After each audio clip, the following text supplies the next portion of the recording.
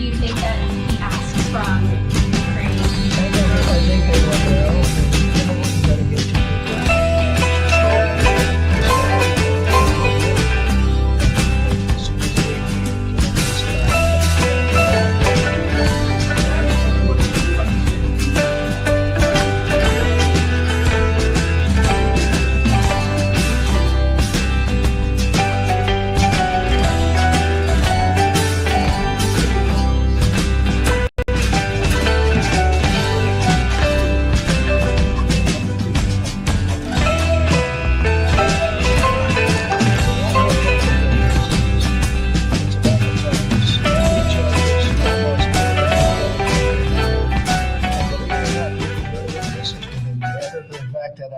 Okay, now here's that terrifying moment as a live streamer when you're wondering whether everything is working okay. I have a question. Did everyone hear the sound on the intro? If you did, leave me a comment in chat because I heard nothing on my side of it. And when that sort of happens, I get very, very frightened. Please tell me if you guys heard something. If you did, give me a comment in chat. There was no sound on the intro. Okay. It's really sort of their problem. We do. Now hearing the president. What the heck? And selling. We do very little selling. I mean, that's why. Okay. That might explain it. Hang on a second, guys. Don't go anywhere. I'm double checking something real quick. Oh, for heaven's sake. It's going to be one of those nights. Oh, dear. All right. You heard the intro and you heard the music, but you guys are saying over on Rumble, you didn't hear. I bet you I know why. Okay. I think I know what's going on now. Hang on a second. Gotta straighten something up here real quick. Okay. You're right where I need you. Okay.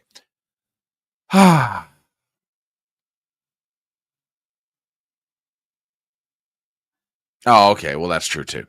Hi. No, now TBA, don't be like that about the people on YouTube. All right. We're 2.5 minutes into this thing. I got to get professional here. Hi. How are you doing out there in internet land? My name is Brian Trippett. I am the sometimes knowledgeable host of the show. By knowledgeable, I mean sometimes I know what the heck I'm doing. Apparently, this is not one of those nights. So, I love technical problems. Where's my producer? You don't have one. I know. Anyway, TBA says, is this the McCutcheon? Now, don't you be blaming this on Dr. Robin. That's all I'm saying. Don't be doing that. Anyway, my name is Brian Trippett. I am the Front Porch Conservative, and welcome to the Wednesday Night Newsroom, a fun little thing we do in the middle of the week where we get together, we talk about the news, we give our views, we try and figure out what the heck is going on in the world.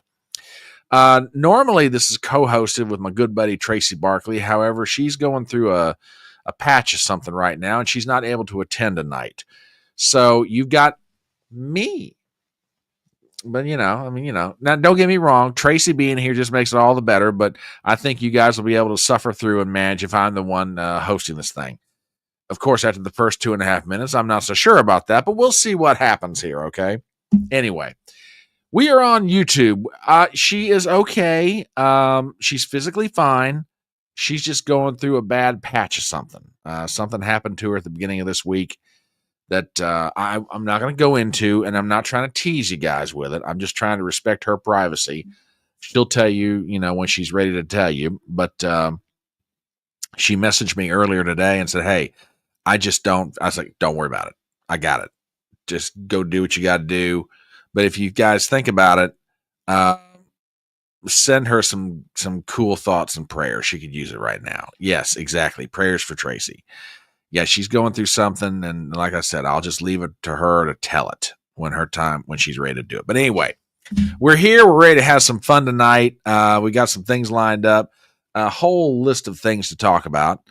Oh, really?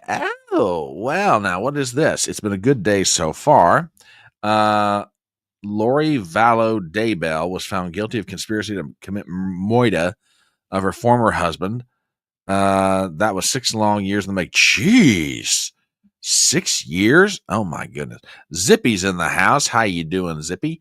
All right, let me see if I can get this thing back on the rails, or try to anyway. Start off with YouTube, since we're already like checking you guys out. Lana is here this evening. Mwah, hello, darling. Good evening, Miss Up in Connecticut. Yes, we've all been trying to send her nice tweets. Mwah, good to see you, darling. Zippy's in the house. Fist bump for you. Yes, we are aware that you have come. Believe me. Let's see. On the Rumble side, WWG1 is here. TBA is here. Boom, boom. Fist bumps to all y'all. Glad to have you guys here tonight. Like I say, we are on Rumble. We are on Twitter. We are on YouTube. And hopefully any technical difficulties are now over, and we can get down to doing a nice live stream for you guys. So anyway, glad to have y'all here. Rumble, Twitter, and that quaint little alternative social media platform known as YouTube. Hello, Miss Gypsy. We're glad to have you in the house. Mwah. Good evening, darling. And to all you lurkers out there on YouTube and Rumble, and y'all know who you are, don't be shy. We don't bite. You know, we may not agree with you on everything, and you may not agree with us on everything, and vice versa, and whatever. But, you know, feel free to jump in the chat. We like it when y'all participate. And while you're at it, don't forget to hit the thumbs up. Let's get that out the way early. Everybody hit that thumbs up button. And let's see if we can promote this thing up the chain. Over 300 subscribers on Rumble. We're getting within a shout of 1,100 on YouTube. I am loving the growth of this channel. You guys are totally awesome. Thank you for everything you guys do to promote this channel and make it grow. And you guys are just absolutely amazing. So, all right, let us get down to business, and we will begin, as is our wont, with the merry memes. And they've been provided this evening, compliments of Mr. Adam from up in Canada, and from the ever hilarious WWG1 over on Rumble. And we'll start off by taking your minds back to something that you probably learned as a kid. You've heard that old expression, give a man a fish and you guys know the one I'm talking about? Okay. All right. Very good then. Well, let us apply that to modern Democrat voters, if you don't mind. And someone came up with a really good way of understanding the consequences of giving a fish, to a Democrat. So with that in mind, we observe the following. Give a Democrat a fish, and he will eat for a day. Teach a Democrat to fish, and he'll create a fishing license, tax your fishing rod, identify the fish as endangered, and close your fishing spot. Boy, I tell you what, if ever truer words were ever said, that, friends, right here is some wisdom. You know, it's not enough to let us be able to enjoy the freedoms that we've got, but daggone it, if they're not trying to do everything they can to regulate it, make money off of it, and if they can't do that, phooey on you, you don't get to enjoy it. Weesh. Ugh. What are you going to do with these people? What are you going to do with some of these crazy people? My word. All right. What else do we have in the way of the merry memes? Oh.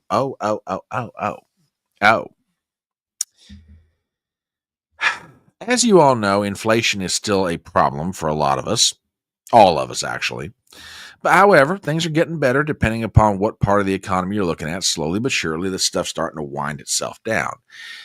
And, you know, I've marveled at the ingenuity of some retail providers. I mean, especially in the area of construction, because daggone, material is costing people a fortune. It doesn't matter what it is. You know, it could be concrete, it could be steel. Lumber's the worst of the bunch. I don't know if you guys have looked at the price of lumber, but my God, it's terrible. However, I will give Home Depot credit. They have found a very unique way to keep the prices on their lumber low. However, I'm not so sure if they're good at keeping their prices low or they just can't sell the material that they've got. I mean, for example, would you buy 2x4s from Home Depot if you knew that this was the source of the trees or the source of the wood? Seriously? Oh man. I don't know, guys. Is it that Home Depot is very good at where they get their wood from, and they just can't sell it as to why it is that they can't make the prices, they can't get their prices any higher than where they've got them right now. I don't know, guys. Kind of hard to say on that one.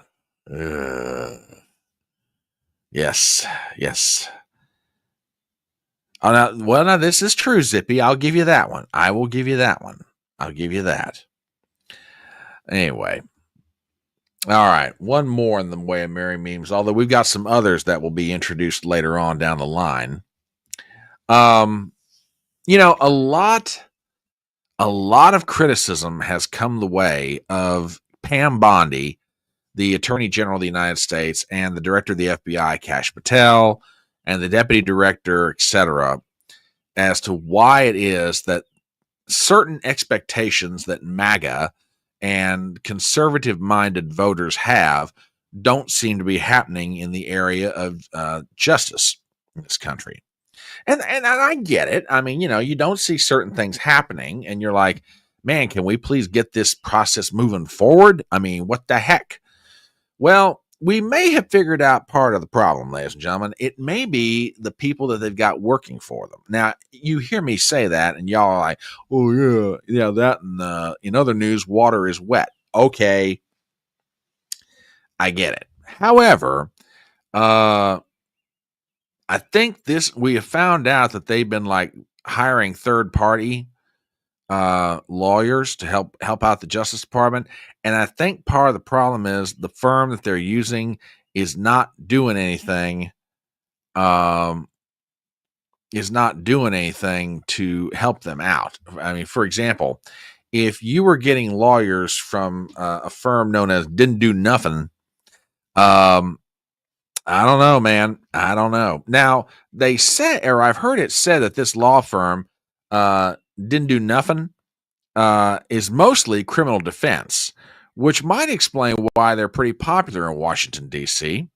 That said, however, I don't know that getting these lawyers from the firm of Didn't Do Nothing over at the Justice Department is helping them achieve their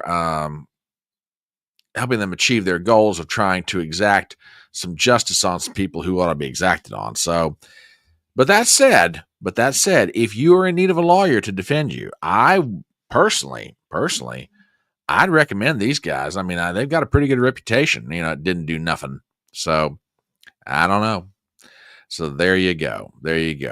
Going back to a previous meme, Zippy says they're turning the trees gay. What? Now, wait a minute. You don't know that those trees were gay. Now, come on, Zippy. I mean, really? Oh, my gosh. We don't know that the trees are gay. Come on, man. Give me a break. Zippy also says over on Rumble, in a Democrat forest, no straight wood is found. Oh, my God.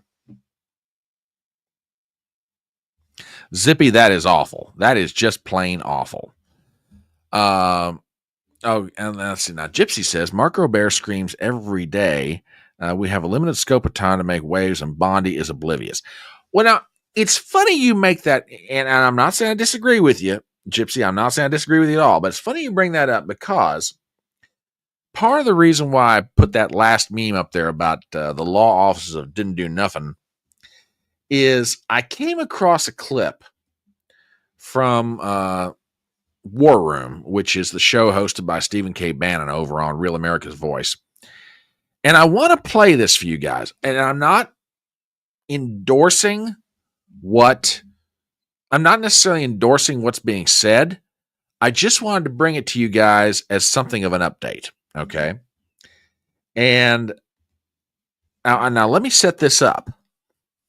As they started to open the 5 o'clock show this evening, Stephen Bannon was joined by Mike Davis, who is the head of the Article 3 project. And he had just come back from some meetings, and he came on Bannon's War Room show to give an update of what he found. Now, I've got a clip here. It runs about 2-3 minutes, okay? I will interrupt this where I think it is necessary, but I'm sharing this with you guys because I know everybody is frustrated. I'm frustrated. To go back to Gypsy's comment, Mark Grobert, who's a very smart, savvy commentator, live streamer, he's frustrated beyond all imagination. Viva's frustrated. You name somebody on the right side of the live streaming or podcasting perspective, and everybody is just absolutely bent out of shape right now with Pam Bondi. So I came across this clip and I thought, you know what? I think the Fedora Nation needs to hear. Oh, TBA says, oh, remember, the frustration is palpable. Oh, I agree with you. He says the frustration is palpable. I don't disagree with you, brother. As far as I'm concerned, some people ought to be perp walked right now, tonight, period. So that said, Mike Davis from the Article 3 Project just came back from some meetings, and I want to set that up. This clip runs about 2 or 3 minutes. I'll stop it where I think is necessary and comment on it. And like I say, I'm not necessarily endorsing what Mike Davis is reporting here, but I am wanting to pass this on to you guys. Now, the reason that I pass this on is, one, Mike Davis is one of those sources that, when it comes to legal matters, like everybody, you try to find people you trust. When they tell you something, okay, you give it some stock. Davis, in my mind,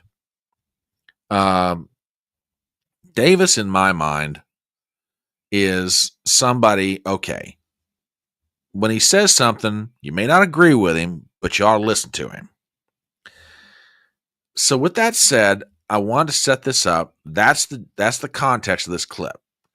So with that, Mike Davis stops by Steve Bannon's studio at the War Room to report the following. And please give me a sound check right now, because after the opening to this, anything could happen. So just give me a sound check. Let me know if we're good. And here we go. Is a rock solid constitutionalist. She's bold. She's fearless. And she's not being flashy about what she's doing behind the scenes. Okay. She is very much doing things The behind the heck scenes. is going on Pam. here? Yes. Okay, who else? She's great. We have She's great. Todd Blanche, Fabulous. the Deputy Attorney General. Took the president on as a client when nobody else would touch Okay, it. that and sounds got good. ostracized. Okay. Ostracized. Now For these some law reason, firms I can't hear are scrambling for Todd's blessing. Yes, Now let's just yes, put it that way. yes. Good luck to those law firms, especially law firms like Perkins Coie. Good luck. So he's the deputy. He's the Deputy Attorney General. He runs the day-to-day of the department. Chad Mizell is Pam's Chief of Staff, who's also the acting number 3, the acting Associate Attorney General. Is he going to stay? He's doing a great job as chief of staff. Is he going to go to be number 3 and give up chief? He'll stay as he's chief. staying as Chief of Yeah. Staff, which is more important for Chad. It's just more important. Stanley Woodward is going to be the Associate Attorney General once he gets confirmed. So he's moving from the White House. He's already there. He's already there. Over at DOJ. Yeah, he's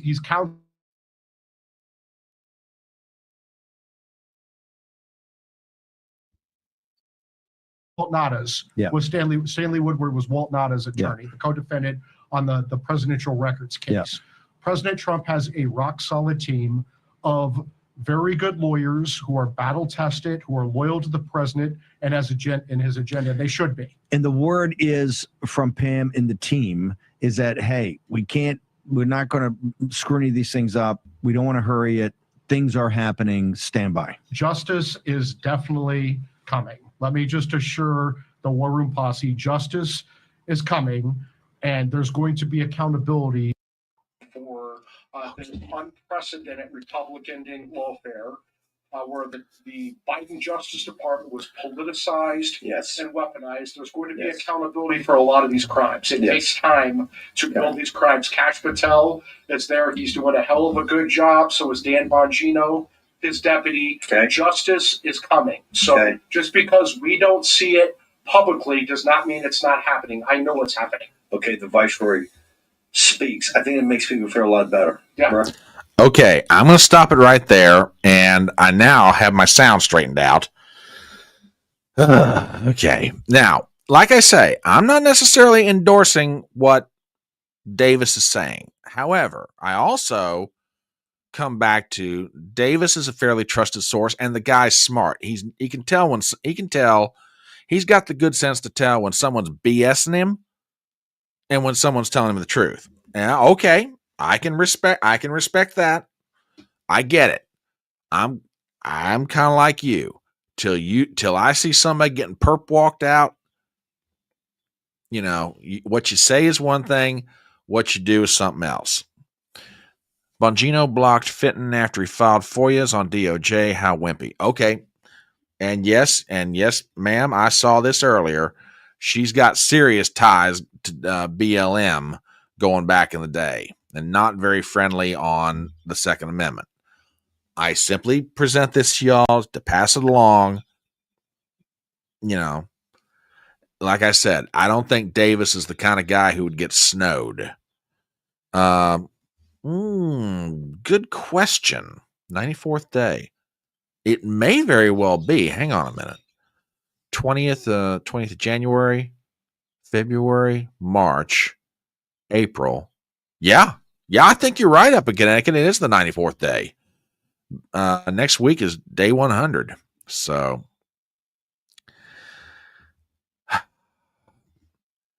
yeah. Depends on, yeah. Well, I don't like gaslighting in general, my friend, but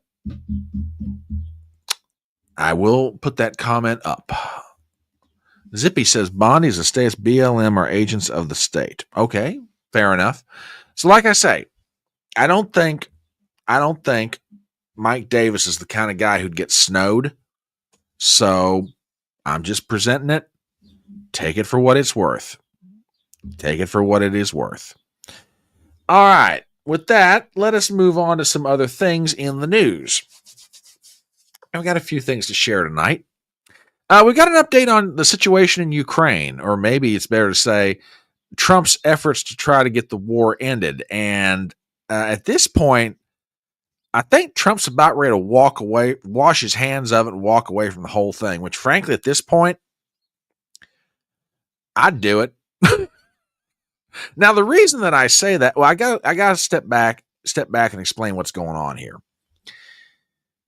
So, the outlines of a proposal were put together and presented, I guess, late last week to both parties, the Russians and more particularly the Ukrainians. Well, Zelensky, the president of Ukraine, basically more or less told the Americans that they could take their proposal and stick it. I got a story here from the Wall Street Journal. Headline: Ukraine's Zelensky pushes back on U.S. peace plan. The Ukrainian president said his country would never recognize Russian control of Crimea, a key Russian demand. Article by Ian Levitt, Jane Litvinenko, and Bonnet Falcon. We have the following. Dateline Kiev. Ukrainian President Volodymyr Zelensky pushed back on a U.S. proposal to recognize Russia's control of Crimea as part of a ceasefire agreement, throwing into doubt President Trump's efforts to bring an end to the war. Quote, Ukraine will not legally recognize the occupation of Crimea, Zelensky said at a press conference here on Tuesday. There's nothing to talk about here. This is against our Constitution. Zelensky's dismissal upends Trump's latest gambit to halt the war on Ukraine, now in its fourth year, and cast new uncertainty on the future of the relationship between Kiev and Washington, which Trump has made conditional on a quick deal. American officials had presented a series of ideas for ending the war, including the Crimea proposal, to Ukrainian officials last week and expected an answer on Wednesday at a summit in London where Ukrainian, U.S., and European officials will gather. Zelensky said Russia should agree to a ceasefire before further talks to demonstrate, quote, serious steps and not childishness. He said that Ukrainian officials meeting with U.S. and European officials in London would have a mandate to discuss a partial or full ceasefire, which Ukraine agreed to last month, but Moscow rejected. All right. That is what sort of sets up what happened today. I'm not denying he said this. I'm not denying it at all. With a phone call, no less. Let me find. Yeah, with a phone call, no less. Okay. Oh, Kwan, I don't dispute anything you're saying. And well, up in Connecticut, I saw that comment. I'm going to put it up here in just a second. So that was Tuesday. Well, Trump has responded to Zelensky, and with typical flourish, he wrote the following. Ukrainian President Volodymyr Zelensky is boasting on the front page of the Wall Street Journal that, quote, Ukraine will not legally recognize the occupation of Crimea. There's nothing to talk about here. This statement is very harmful to the peace negotiations with Russia in that Crimea was lost years ago under the auspices of President Barack Hussein Obama and is not even a point of discussion. Nobody's asking Zelensky to recognize Crimea as Russian territory, but if he wants Crimea, why didn't they fight for it 11 years ago when it was handed over to Russia without a shot being fired? The area also houses, for many years before the Obama handover, major Russian submarine bases. It's inflammatory statements like Zelensky's that makes it so difficult to settle this war. No, I don't agree with that. I disagree with that completely. I'll tell you what's making this difficult to do is the fact that Zelensky doesn't want peace. And neither do his European pimps. Yes, I said it. European pimps. The French and the British.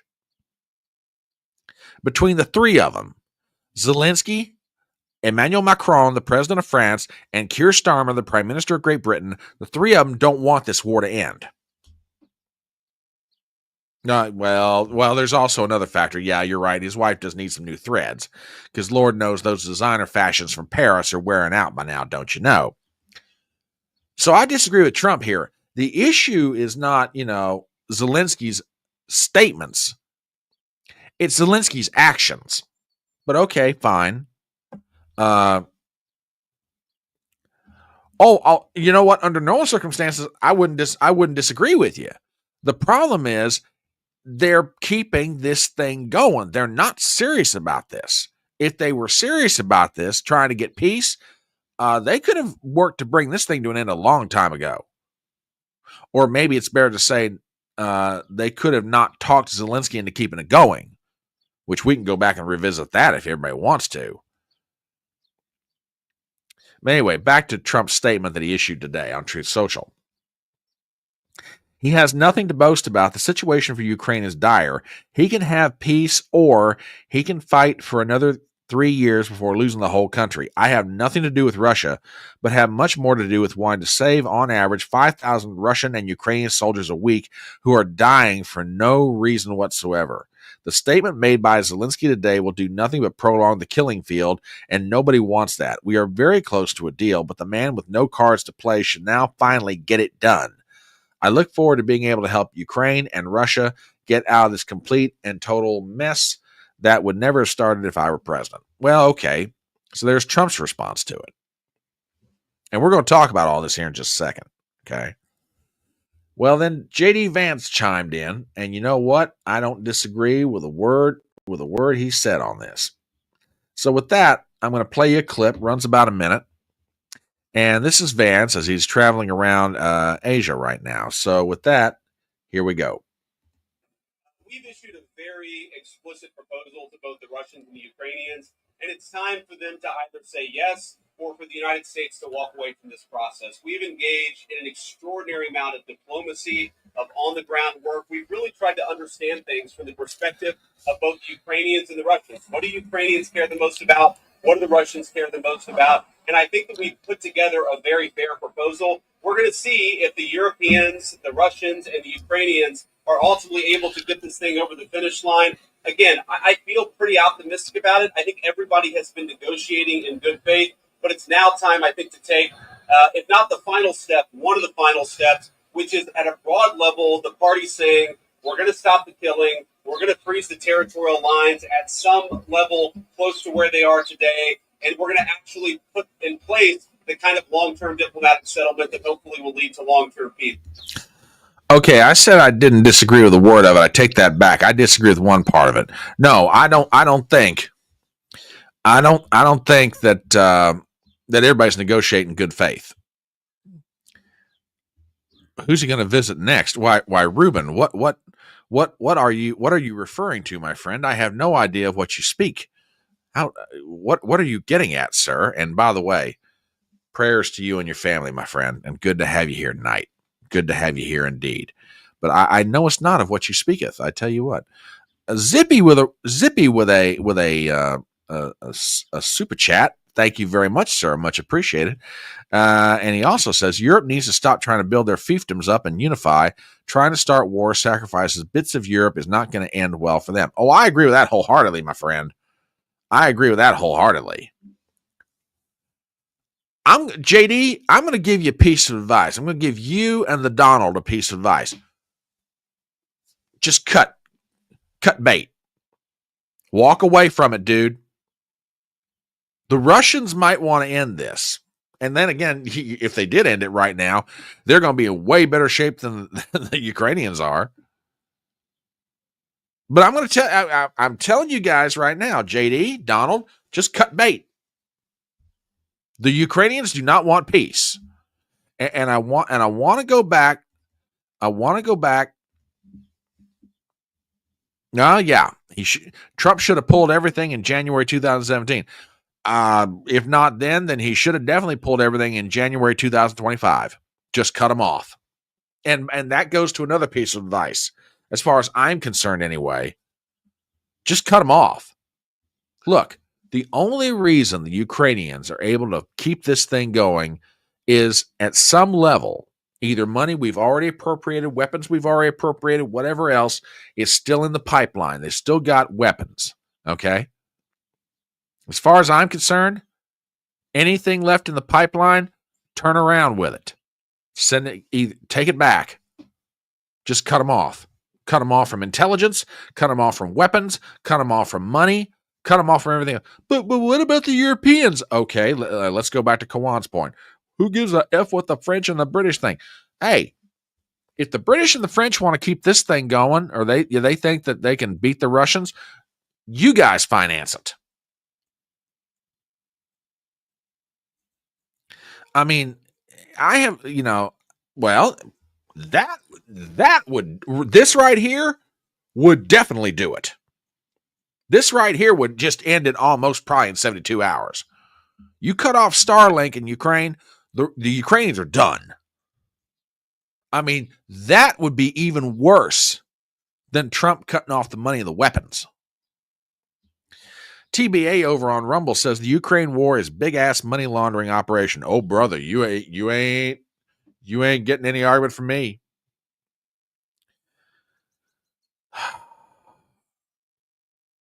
Zippy says Europe cannot afford to be separate nations anymore. True. Yeah, I mean, look, if the Europeans want to keep this thing going because they're terrified of the Russians, fine. Let Europe do it. You guys want to keep financing this thing? You go right ahead. But look, if the White House, if there's anybody at the White House that is watching this live stream, and if there's not, you should be, because where else are you going to go and get this kind of political advice from me and the members of my audience? Okay? Because let's be honest about it. This is the smartest audience on the internet, daggone it. Y'all at the White House, if you're listening to this live stream right now, I'm telling you, just walk away from it. Zelensky does not want peace. Macron and Starmer aren't going to let him have peace. Okay? Just walk away. Just cut bait. Fishing ain't going to happen. Just cut bait and walk off. And while you're at it, cut off whatever remaining money is scheduled for Ukraine. Cut off whatever remaining weapons are scheduled for Ukraine. And let the Ukrainians, since they think they're big boys and they want to keep fighting the Russians, fine, you can do it, but you'll do it without us.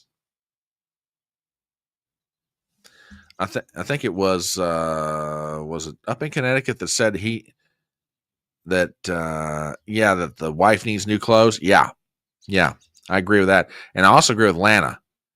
Zelensky has got, well, there's two reasons why Zelensky's got to keep this going. One of them is exactly what Lana's talking about right here.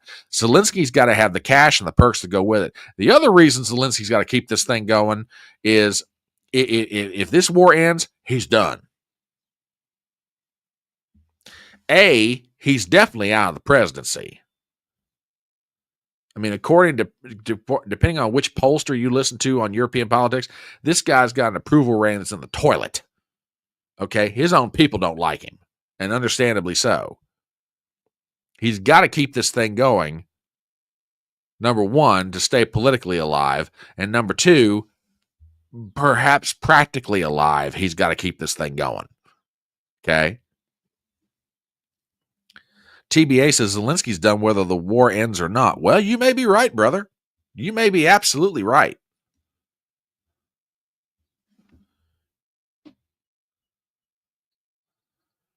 Amen to this. Come on. Amen to this. I wholeheartedly agree. Or the other way I heard of expressing that is don't go borrowing trouble. It'll come find you on its own. Don't go looking for it. It'll come find you on its own. I mean, look, and I get it. I mean, as a person who, I mean, am I totally in tune with the mind of Donald Trump? Heck no. I don't think anybody has said Donald Trump himself. But I get the distinct feeling it's frustrating to Trump because he wants to bring this thing to an end and he can't get one or both parties to do it. I will, from my perspective, I think his problem is the Ukrainians. I think for a number of various reasons, the Russians want to end this. Okay? Excuse me 1 second, folks. Just want to make sure that. There we go. That should do it. Hang on. Oh my gosh. What the heck? Hang on. I'm telling you guys, I'm having me a night here. It's just a night. There we go. Okay, I'm back. Sorry about that. No. Oh my God. Why am I so close to the camera? Jesus. Anyway, I'm telling you right now, the biggest problem that the Russians have got, they want. Oh, thank you very much. TBA says you have a very nice dining room. Oh, I like to think so.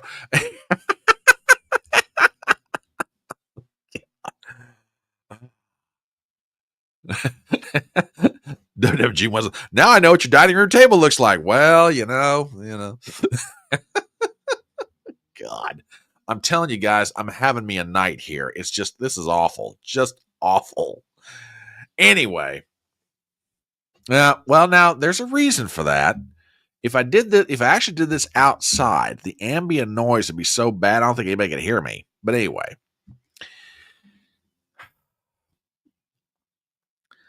TBA says, who cares about Ukraine? Show us the house.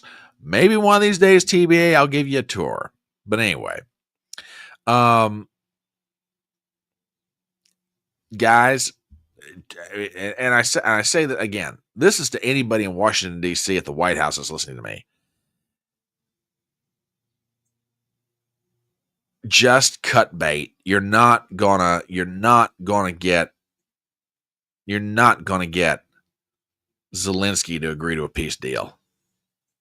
Like I said, he knows he can't do it practically, and his pimps, Macron and Starmer, aren't going to let him. Okay? Just do yourself a favor, brother. Walk away. Just walk away from this. And like I said, Trump's got to be getting frustrated because he, under normal circumstances, he can usually get deals done. He can't get a deal done in this case. And I'm really starting to wonder, and I'm not saying this to be unkind, but I'm really starting to wonder if Trump underestimated the dynamics going on with this thing, and he didn't realize how difficult getting this deal done was going to be. And again, I can only comment on what I see in the news, like everybody, like you guys, like everybody else. But I'm really starting to wonder if Trump didn't really miscalculate on this one. Well, I don't know if it's going to be a year, but I could see it happening if they get honest elections in both countries. Oh, now this I absolutely agree with. I absolutely agree with this. I think Trump is just frustrated beyond all imagination here. TBA poses an interesting question. Maybe President Trump doesn't want a deal done in Ukraine yet. Possible. That is possible. I mean, we'll see. We will see. But right now, a proposal's been given to the Ukrainians. The Ukrainians are like, take your proposal and shove it. And that's where we be. That is where we be. Yeah, Atlanta, I agree with this too. It wouldn't be the first time Trump underestimated something. Well, yeah, and you would think that. You would think that'd be the case. I don't know. I just don't know. But anyway, that's where we are right now. TBA says maybe President Trump didn't want a deal done. The reason being, so much the better to draw out the pimps in Europe. Oh, well, I don't disagree with that. I think Trump's trying to show people, what's really going on. But then again, I mean, pimps be pimps. You can't tell me that people didn't realize that Macron and Starmer aren't two of the biggest war pimps in the whole of Europe. And that sort of begs an interesting question, at least from my perspective. Can somebody explain to me the European, but particularly the British, obsession with Russia? I don't understand this. I do not understand this at all. What in the world are the British so worried about the Russians for? What do they think? They're going back to the days of the Cold War or something? No.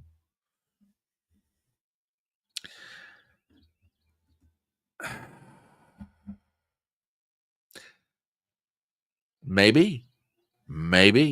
I'll say that. Maybe. You might be right. But anyway. Wait a minute. I got to put this up here. Oh, I have seen this. I have seen this and I've heard about this. For those of you all that do not know what Gypsy's referring to, there is a video of, now let me use this word advisedly, and Gypsy, I'm using this not because I don't believe you or I don't believe what I see, but I'm just using this word.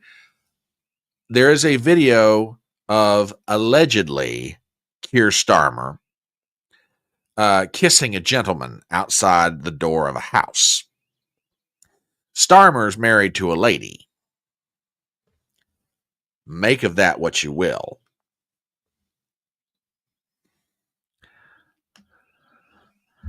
Ooh, that's just, please, I haven't had dinner yet, dear. Oh my God. Woo!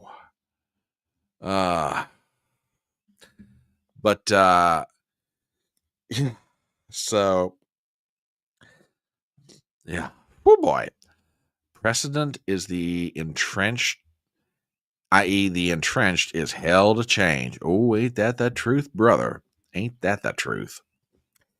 Anyhow, we're going to shift this to a slightly different topic.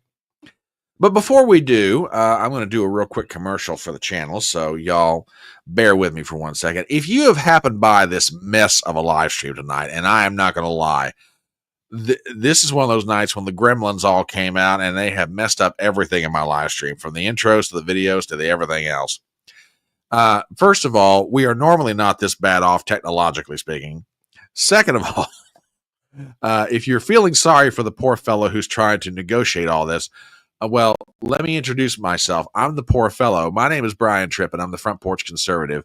And this is the Wednesday night newsroom. This is a live stream that I do in the middle of the week. Usually it's co-hosted by my good buddy Tracy Barkley, but she's not able to be here tonight.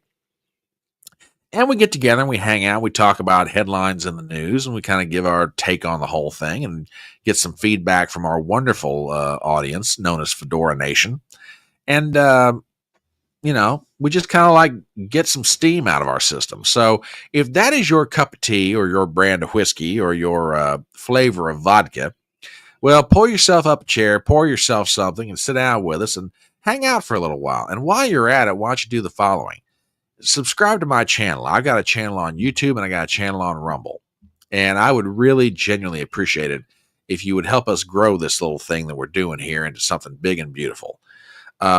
We are just recently over 300 subscribers on Rumble. And to all you Rumble subscribers, y'all are just wonderful and awesome. And I cannot thank you ever so much for doing everything you do to grow this little thing I'm doing. And we are just within an ace, and I mean like 10 subscribers away from 1,100 on YouTube. So if you got friends and you think they would enjoy this sort of thing, share the link to my channels and get them to subscribe. Also, hit the thumbs up, leave a comment in chat, and hit the bell for notifications. I always want to make sure you're aware when new stuff's coming out. All right. I said that we were saving some memes for a little bit later in the live stream, and such is the case. And these come compliments. One of them comes compliments of WWG1. And this is our latest update on Kilmar Garcia, the Maryland man who is now down in a prison in El Salvador. Bless his heart, as we say here in the South. And this is a pretty good one, and I got to thank WWG1 for this. And then I got the libs to defend MS-13, and Tucker's like losing his stuff over there. So, well, you never know with Trump. Maybe it was all a giant conspiracy to get the Democrats to out themselves. We'll never know. But this one, like I said, is compliments to WWG1, which, by the way, all memes are appreciated, and we'll try to use them where I think they are appropriate. So there you go. So there's that. And then there's this one. I joked around the other day that the Democrats were trying to come up with a new label to identify their party for marketing purposes. Well, this one may be in the running. So who did this? Tom Stiglitz? Never heard of him as a cartoonist, but this one's pretty good. This one is pretty good. If you're trying to figure out the current relationship between the Democrat Party and MS-13, this one pretty well explains it. So compliments to WWG1 and to folks on the internet for providing these. I genuinely do appreciate it. And WWG1 says, I would have offered more memes tonight if I knew you would be on your own. Well, I appreciate that, sir, and I know you would have. Like I said, Tracy messaged me, I want to say it was a little bit before 4 o'clock Eastern, and said she was just not in any shape to do the live stream. And like I said earlier, it's nothing physical. She's not in the hospital. It's just she's dealing with some stuff right now, and she's like, just, Brian, I don't have the focus and the energy. I'm like, fine, no problem. So TBA says, wait till we find out the Dems are working hand in hand with MS-13 to get rid of leakers like Seth Rich. Oh, gosh. Now there's a journey down the rabbit hole to get rid of leakers like Seth Rich. Yeah, that whole Seth Rich situation is definitely messed up. Definitely messed up. Now, I put those two memes up there to kind of set up the next story that we're going to talk about. Kilmar Garcia, as you guys are very well aware, is the Maryland man who is now in a prison in El Salvador, and the Democrats have just absolutely lost their ever-loving collective minds over this gentleman. They have organized trips down there. There's currently congressmen down there right now which, by the way, if I were Mike Johnson, I'd be scheduling votes left and right until they get back. But that's just me. I'm sneaky like that. Chris Van Hollen goes down there. He's the senator from Maryland. You got Democrats losing their minds over this. And then we find out slowly but surely certain things about Kilmar Garcia. One of them is he entered the country illegally in 2011. Number two, he was arrested by Immigration's Customs and Enforcement in 2019. He was before two different judges. Another thing we found out, they said that he had violated U.S. immigration law to get in here, and he would have been deported had it not been for an order. Okay. Well, there's one other interesting little fact that just recently came to light. Yep. This is just what I'm saying. Hey, if you got all these Democrat members of the House of Representatives out of town, I start scheduling votes, and make them and vote on something while they're on the airplanes coming back. I'd do it. Well, then there was one more little factoid about Kilmar Garcia that didn't get that much attention. In 2022, he was pulled over in Tennessee driving a van. Okay, fine. And turns out he was driving on a suspended license. That was bad. The van that he was driving had a whole bunch of people in it. Now, he told the cops, well, they're part of a construction crew. I had to go down to Texas to get them, yada, yada. Okay, now, wait a minute. You're from Maryland, and you had to drive all the way down to Texas to get a construction crew? Curious thing about that van, it was loaded with people, but no personal belongings. None. And there's a great story over at justthenews.com, John Solomon's website. I do not have the link pulled up right now, but I will recommend you go read that story. Well, there's a newspaper out of Tennessee, the Tennessee Star, who recently broke a story as it relates to that 2022 traffic stop by the cops. The van he was driving just wasn't any van. Let me show you guys something because you're going to want to see this. From the Tennessee Star, we've got the following headline. Kilmar Abrego Garcia drove vehicle registered to convicted human trafficker during 2022 stop in Tennessee. Court records confirm. That's right, ladies and gentlemen. This dude was driving a van belonging to a person convicted of human trafficking. Now, what was old Kilmar saying about he was just going to get a construction crew? Anyway, let's get into this story and take a look at what the heck's going on here. Story is written by a fella named Tom Pappert, and we've got the following. Kilmar Abrego Garcia was transporting 8 passengers from Houston, Texas to Temple Hills, Maryland, using a vehicle owned by an illegal immigrant who was convicted of human trafficking and deported from the United States to his country of origin, El Salvador.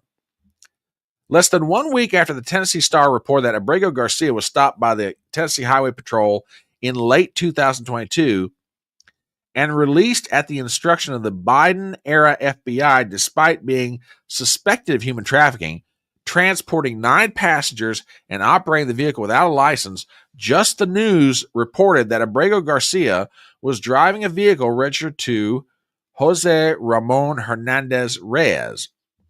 Hernandez Reyes was convicted in 2020 after he pled guilty to smuggling fellow illegal immigrants into the United States following a traffic stop in Mississippi. Hernandez Reyes was operating a company named Trans Express at the time, according to an affidavit filed by a special agent with the U.S. Department of Homeland Security in December 2019.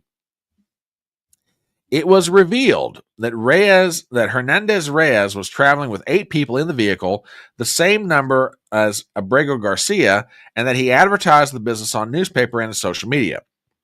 Police said it cost $350 per person to secure a seat on Hernandez-Reyes Dodge Grand Caravan, and that his illegal immigrant passengers were able to travel from Houston to destinations in South Carolina and Virginia. Hernandez-Reyes apparently made at least 5 trips from Houston to other parts of the country. Notably, Hernandez-Reyes was not driving the vehicle transporting illegal immigrants in 2020. Instead, it was driven by his brother-in-law, Modesto Alvarado, who apparently claimed to be the trafficker's son and was the only person inside the vehicle who was an American citizen.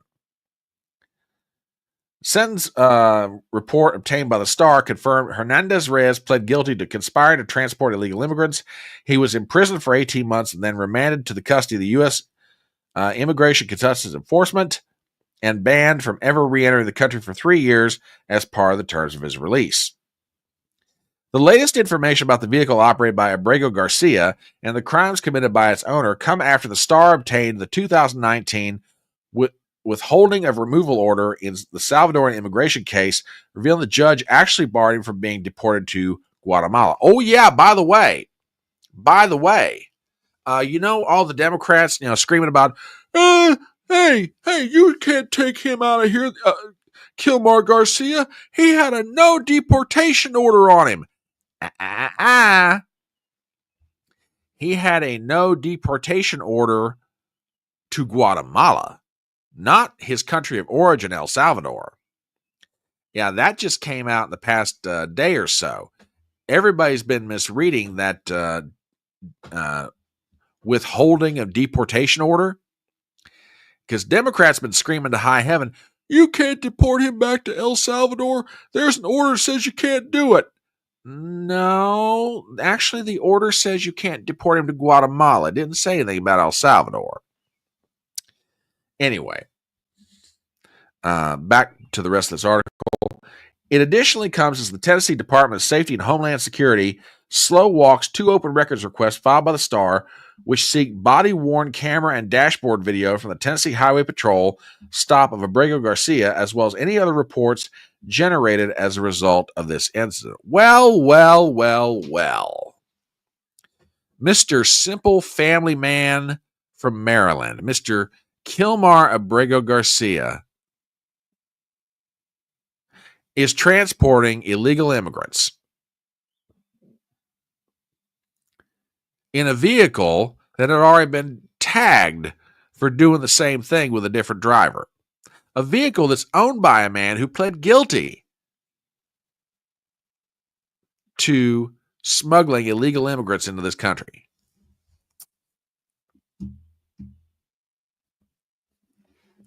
And the Democrats want to tie themselves to this. Hey, knock yourselves out. Go ahead. Go on. TBA says, across state lines, too. That is human trafficking. Yep.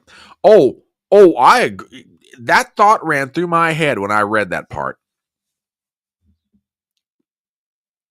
$350 a head is cheap. Yeah.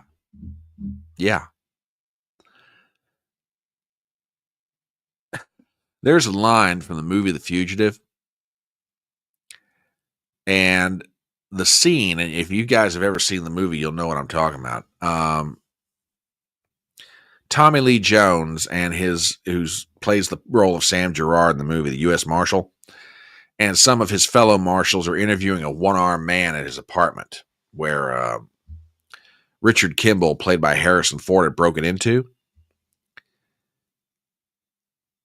And after they get through talking to the one-armed man, as they're walking out the door, Tommy Lee Jones turns to some of his guys and says, "This guy's dirty." And they said, "Yes, Sam, he is." I read stuff like this, and I keep saying to myself, my God, this Abrego Garcia is a dirtbag. I'm sorry. I mean, you lefties out there crying the blues about Abrego Garcia. This guy's a dirtbag. But hey, you know what? If you guys want to tie yourselves to an MS-13 gang member who's a wife beater and engaged in human smuggling and human trafficking, knock yourselves out. Go ahead. Who am I to stop you? I mean, if it makes you feel better, go ahead. you know. But before you get up and pound your chests and just about run your lungs out of oxygen, you might want to go back and look at some of the stuff this guy has done. WWG1 says, if this is the hill they want to die on, so be it. Dude, you're getting no argument from me. I think you're right. I mean, this is one of so many reasons, or let me say that again, so many examples of why, if they keep going the way they're going, the Democrat Party is going to be politically irrelevant in about 5, maybe 10 more years. As a force politically in this country, they're going to be irrelevant. Either that or this is just me spitballing here, and you guys can feel free to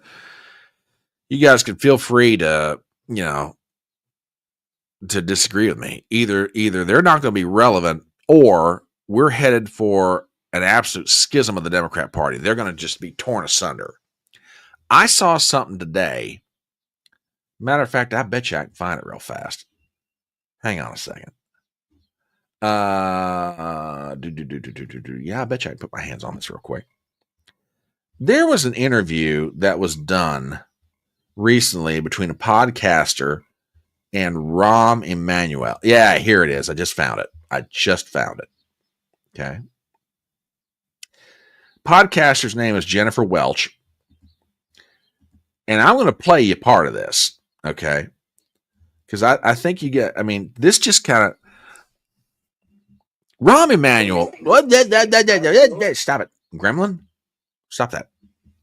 Rahm Emanuel, I don't agree with politically on anything. I think he's slimy as all get out. Okay. But Rahm Emanuel is much like a lot of the old timers in the Democrat Party. Okay. Much like a lot of the old timers. You may not agree with him politically. You can think he's as slimy as all get out, which he is. He's a dirtbag of the first order. But guys like him, Carville, Doug Schoen, Mark Penn, old timers in the Democrat Party, they also understand how to win elections. Okay. And they also understand there are certain things your party should and should not stand for. Their voice is being not just ignored, it's being drowned out. And I got the perfect example of it. Like I said, who is this lady? Jennifer Welch. Okay. Jennifer Welch has Rahm Emanuel on her podcast. Okay. And they get into a discussion about issues in the Republican Party. And I want to play part of this for you. And I think you're going to understand what I'm talking about here. So with that, check this out. We were really south on kitchen table issues. We weren't really good about the family room issues. I disagree with you. Okay, the only room we did really well was the bathroom. And that's the smallest room in the house. That is such bullshit. That is total bullshit. That is buying into the right-wing media narrative. And I'm so sick of Democrats like you selling out and saying this. You know who talks about trans people more than anybody? MAGA. MAGA is the most genital-obsessed political party I have ever seen. Kamala Harris talked about homeownership. She talked about kitchen table issues. Now look at the expression on Rahm Emanuel's face. Okay. Like I said, I've got little to no use for Rahm Emanuel. I really don't. But look at the expression on his face. He knows that she has no idea what they're talking about. She has no idea what she's talking about. Rahm Emanuel's just sitting there with this bemused look on his face like, okay, honey, go ahead and keep proving to people how stupid you are. Go ahead. Go ahead. Just the expression on his face is so worth it. Okay. And with that, back to the rest, a little more of this. Trump's over there droning on about Hannibal Lecter. Are you kidding me? This is where the Democrats lose because we're playing the game with the rule book. They've read the rule book up and crammed it down everybody's throat. And Democrats are upset because Joe Biden pardoned his son. We gotta fucking fight. They're the gender obsessed weirdos, not us. We're the ones who fight for Social Security. We fight for Medicare. And yeah, we're not gonna bully trans people. We're not gonna fucking do it. I'm not again. I'm not. Look, fine. Hey, let me say this: as mayor, 2016, I dealt with the bathroom issue. It's just not my. It's not my most important issue. It was dealt with, and I appropriately dealt with marriage equality, as I said. Well, it's very important to the Republicans. For me, it's just important not to bully them. And I think this is I agree with that. I'm not disagreeing. It upsets me. It upsets me so much because we live here in this red state, and you see the damage of it. When I see politicians that are supposed to be leaders in the Democratic Party buy into the narrative that Republicans have defined us by, instead of fighting and saying you're the weirdos that are obsessed with it. Yeah, we're not going to bully some trans kid, and we buy into their narrative. It's why I think we lose, and we have to live. I have to live in a state where women, rape victims, can't get an abortion because of this bullshit. And so I'm going to fight till the bitter end, and I'm not going to let some MAGA moron define what progressive values are. And I think it's a really dangerous. Wait a minute, honey. Wait a second. You're defining it, and no one's buying it. We're not defining anything. You're spelling it out for everybody. TBA says Rom's wasting his time on her job. Yeah. I mean, it's just unbelievable.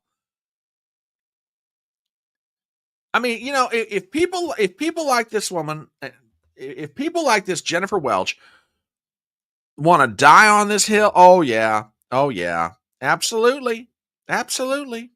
Yeah. Hello, small time. Hello, Robert.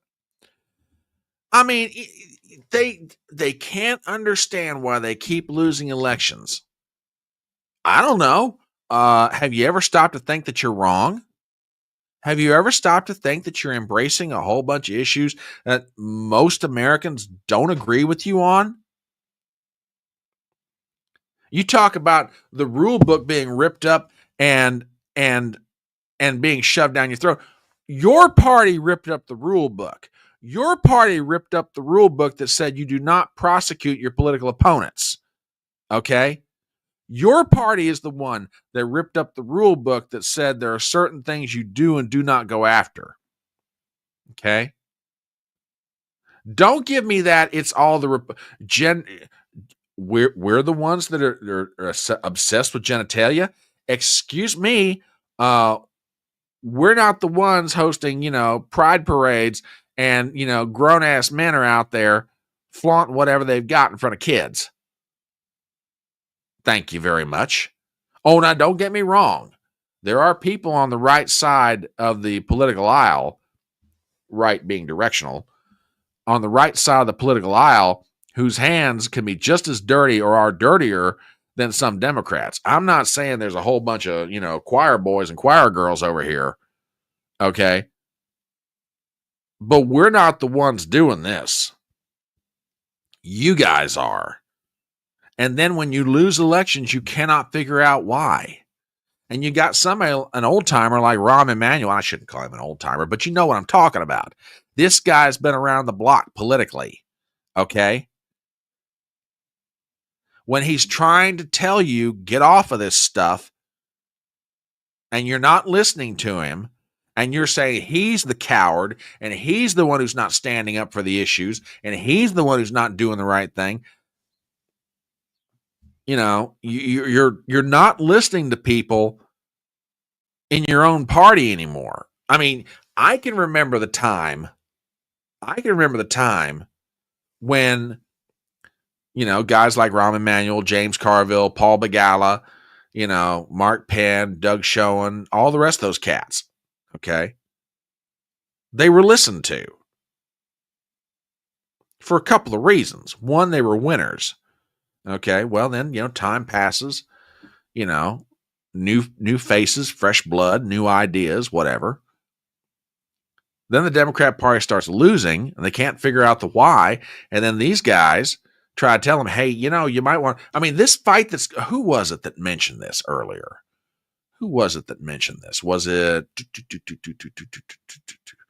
somebody mentioned David Hogg? This thing going on with David Hogg and James Carville right now.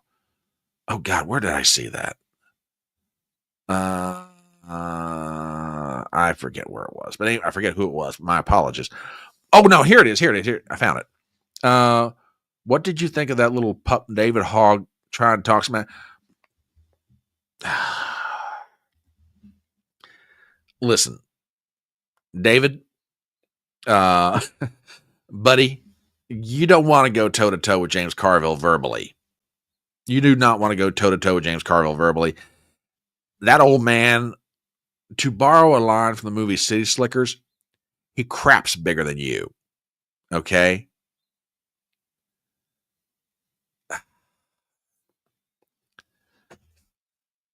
Oh, TBA says Carville would eat Hogg's lunch. Oh, yeah, he would.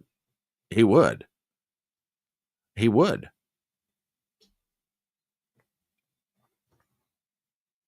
Yeah, I saw David Hogg, a little bit of David Hogg's appearance on This Week with George Stephanopoulos. Reince Priebus was on there, and Reince took David Hogg out to the woodshed and spiked him.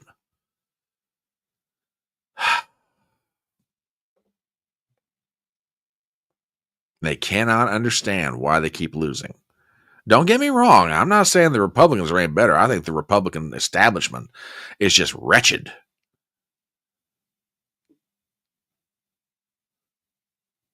Oh, yeah. Oh, yeah. Reince Priebus was laughing at the kid. And yes, David Hogg is a kid.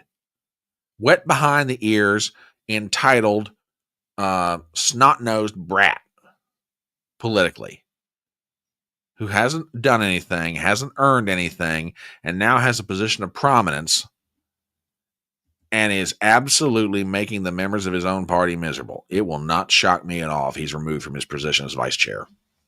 It really wouldn't. They got to shut him up. They got to shut him up before he starts doing damage. And he's already doing damage, but I mean worse than what he's doing right now.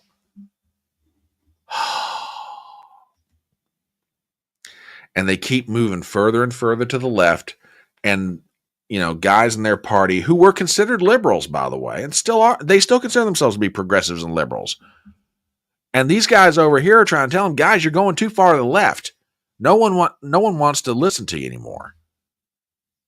Who was it? Doug Schoen the other day? I think it was Doug Schoen. He was on Fox. And can I find this real fast? Tell me I can find this real fast. Yeah, here it is. Doug Schoen was on with Laura Ingraham, and he was in a segment, and I'll play this real quick. But Doug is one of those guys that's fairly reasonable. I don't agree with him on everything, but he's reasonable. And what I'm about to play you here is what I'm talking about. There are voices inside the Democrat Party that are trying to tell these left-wing Looney Tunes, you're going too far, but they're not being listened to. And in one sense, should I care that the Democrat Party is falling apart? Maybe, maybe not. But do I really want to see the Democrat Party fall apart? No, but I'll explain that here in a second. With that, here is Doug Schoen the other night on Laura Ingram's show. Check this out. I remember before Bill Clinton was elected, Democrats had gone too far left, but there was a movement, the New Democrats, who wanted to bring the party back to the center, which we did with Bill Clinton, balance the budget, reduce the debt and deficit, cut welfare, tough on crime. This Democratic Party, Laura, is going further left, becoming abusive, and I think, frankly, to be blunt, irrelevant or worse. And that is tragic for my party and tragic, I'd say, for our two-party system. And that honestly, Schoen summed up why, what my worry is here. Look, in one sense, ideologically, my thought in the matter is, okay, hey, Democrat Party, as you're currently constituted, go burn in hell. Okay? Just go ahead. You're not hurting my feelings in the slightest. You have made this country suffer in so many different ways with the implementation of the ideas that you hold to. Go ahead. Go burn in political hell. Don't come back. Okay? Zippy over on Rumble says the old timers had some level of education and critical thinking. Absolutely true. And they're being ignored. Guys like Doug Schoen, Rahm Emanuel, again, you can disagree with them all day long. And believe me, I think, like I said earlier, I think Rahm Emanuel's a scumbag. But they understand how to win. And they're being ignored. And Schoen's right. He's absolutely right. The Democrat Party is right on the edge of falling apart. TBA says Schoen wants a two-party system. The founders warned us about a two-party system, told us it would ruin the country. True. But if we're going to have a party system, at least let me have one party that can, the Democrats are just absolutely falling apart. TBA also says, well, the guys like Rahm Emanuel and Schoen are way over 50 and the kids just don't listen to old timers. That's another part of it. That is another part of it. And, small time, you're not wrong there. You're not wrong there, my friend. And Lana, this is a good comment too. He's not wrong. Each side needs the other in order to keep them in check so they don't go off the rails. Very true. Very true. Very true indeed. Oh my gosh. Crazy. Just plain crazy.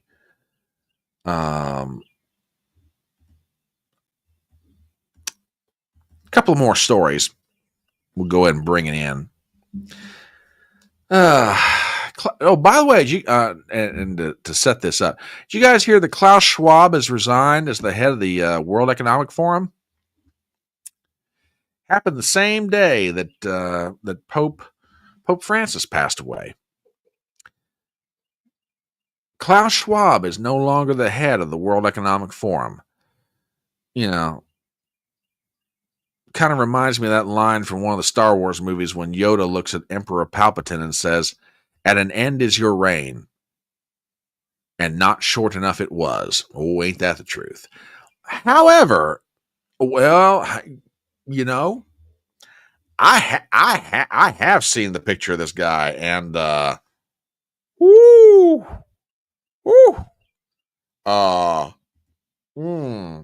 we'll get to that here in a minute. Yeah, the replacement's a piece of work. But it turns out that old Klaus, I don't know so much that as he walked out or as he ran out, because word's starting to come out now that old Klaus is under investigation. I take you to the pages of Breitbart. WEF is investigating founder Klaus Schwab over corruption allegations. Uh-oh. What do we have here?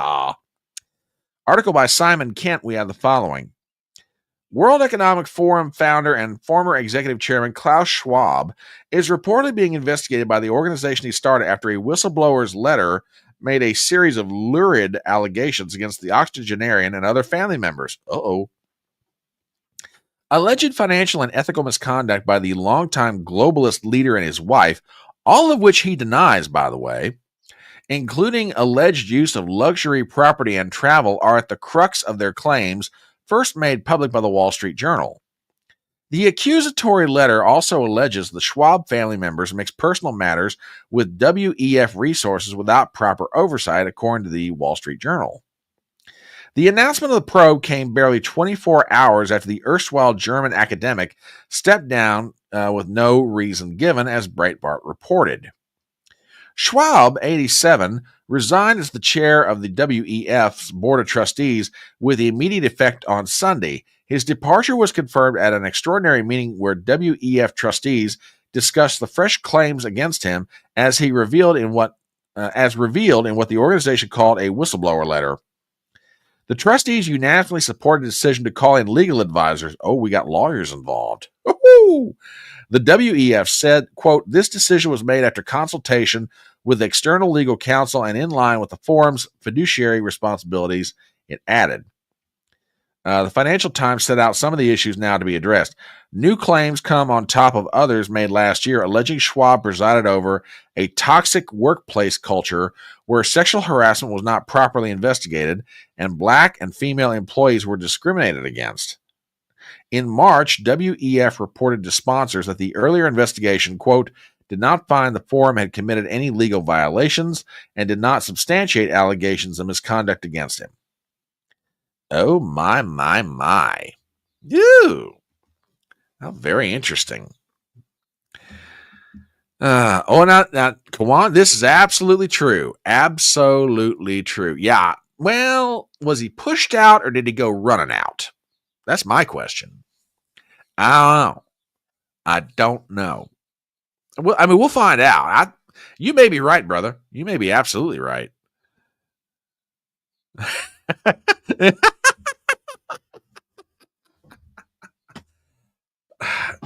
This may be one of the few times that the WEF is in favor of gun rights. Oh, gosh. Whew. Now, it was mentioned in passing that a replacement for old Klaus has been named. And this guy, oh, my God, he's a piece of work. Hang on one second.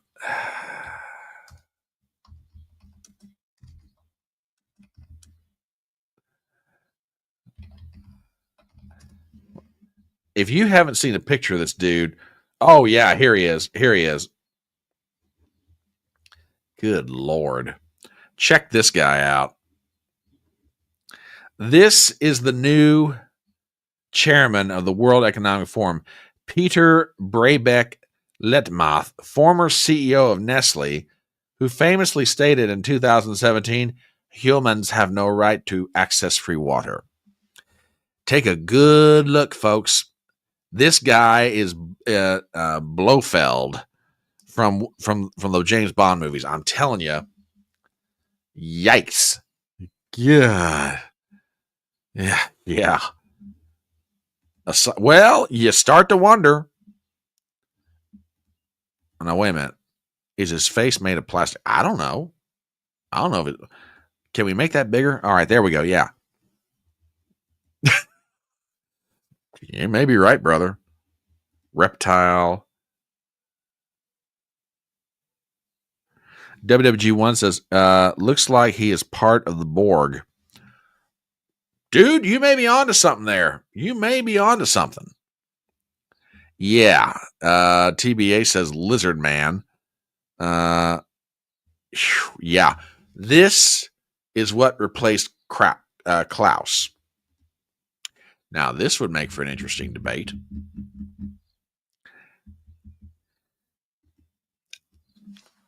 I need to go look up that comment in context. I'm just saying. But yeah, this is what replaced old Klaus. And every time I look at this picture, I remember a very old expression. Be afraid, be very afraid. Good Lord. Whoo. But yeah, the World Economic Forum is doing some investigating. So, one last thing. We'll bring this train into the station. By the way, have you heard who is now the odds-on favorite to become the new pope? Yeah. Well, I mean, I realize that Pope Francis is, they're going to be, engaging in, various ceremonies over the next few days and the next week and a half or whatever. But you can't stop people from talking. And apparently, a name has surfaced, and it's getting a lot of support. That this gentleman to be named the new pontiff, and I don't know. Strange enough, he kind of looks like he was made for the robes. I don't know. Keith Richards, according to reports, is the new frontrunner to be named the Pope, according to Polymarket. I don't know, guys. Like I said, he looks like he's made for the mitre. You know, take it for what it's worth. Take it for what it's worth. Now, I'm being very, very facetious about this, but I show you this to kind of set up. No, it wasn't the Babylon Bee. I don't think it was the Babylon Bee, TBA, but but it is kind of funny. Now wait a minute. I always thought it was. Well, no, actually, you may be right. I was about to say I was always understanding. It had to be someone in the Catholic clergy. But maybe that's not true. Maybe it could be any male Catholic. Interesting. But anyway, I show that meme to set up one last story. And I'm going to go ahead for the sake of time and drop this in chat on both sides for you guys. You can take a look at it yourself. The article comes from The Guardian, the UK Guardian. And it's a discussion of who are some of the potential candidates to succeed Francis. And some of them, this is going to get fairly interesting. At least I think so anyway. Okay. Because there is a very progressive wing theologically of the Catholic Church. And there's also a older, more conservative wing. Interestingly, you wouldn't think this would be the case, but it is true. And some of the names that are being thrown around reflect that tension inside the church. So I want to just show you some of the names real quick and give you a little background on them. Let me pop down into this article. Now, here's the one that odds are a lot of people are saying could be the front runner. I mean, truly be the front runner. Pietro Parolin, 70 years old, of Italy. Seen as a moderate, Parolin was close to Francis. He's been the Vatican Secretary of State since 2013, playing a key role in diplomatic affairs, including delicate negotiations with China and governments in the Middle East. He's regarded as a reliable and trusted papal representative by secular diplomats. In 2018, he was the driving force behind a controversial agreement with the Chinese government on the appointment of bishops, criticized by some as a sellout to the communist regime. Parolin's critics see him as a modernist and as a pragmatist who places ideology and diplomatic solutions above hard truths of faith. To his supporters, he is a courageous idealist and an avid proponent of peace. Well, I'm not Roman Catholic, but I'll tell you this much. Reading that last sentence about the guy, that would disqualify him right there. A modernist and a pragmatist who places ideology above hard truths of the faith. No, that gets him disqualified right there with me. Because that's part of the church's problem. They need to speak hard truths and quit worrying about, this or that. You're supposed to be a light to the world. You're supposed to be the salt that seasons. If the light no longer illuminates and the salt has lost its season, then what good is it? All right, a couple other names real quick. Luis Antonio Teguel, 67, of the Philippines.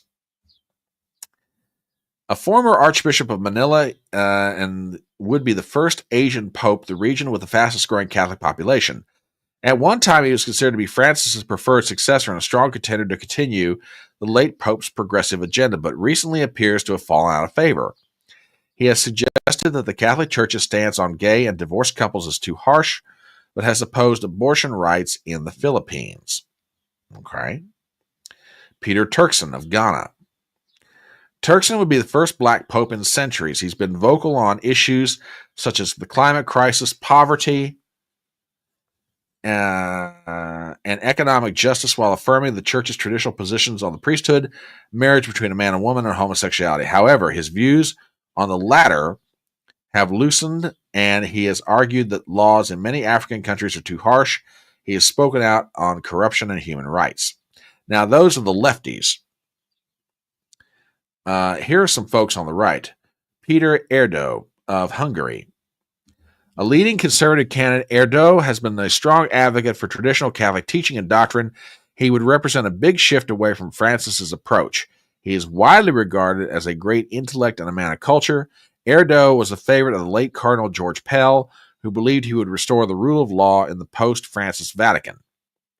In 2015, Erdo appeared to align himself with Hungary's nationalist Prime Minister Viktor Orban when he opposed Francis's call for churches to take in migrants. Matteo Zuppi of Italy, he's more of a lefty.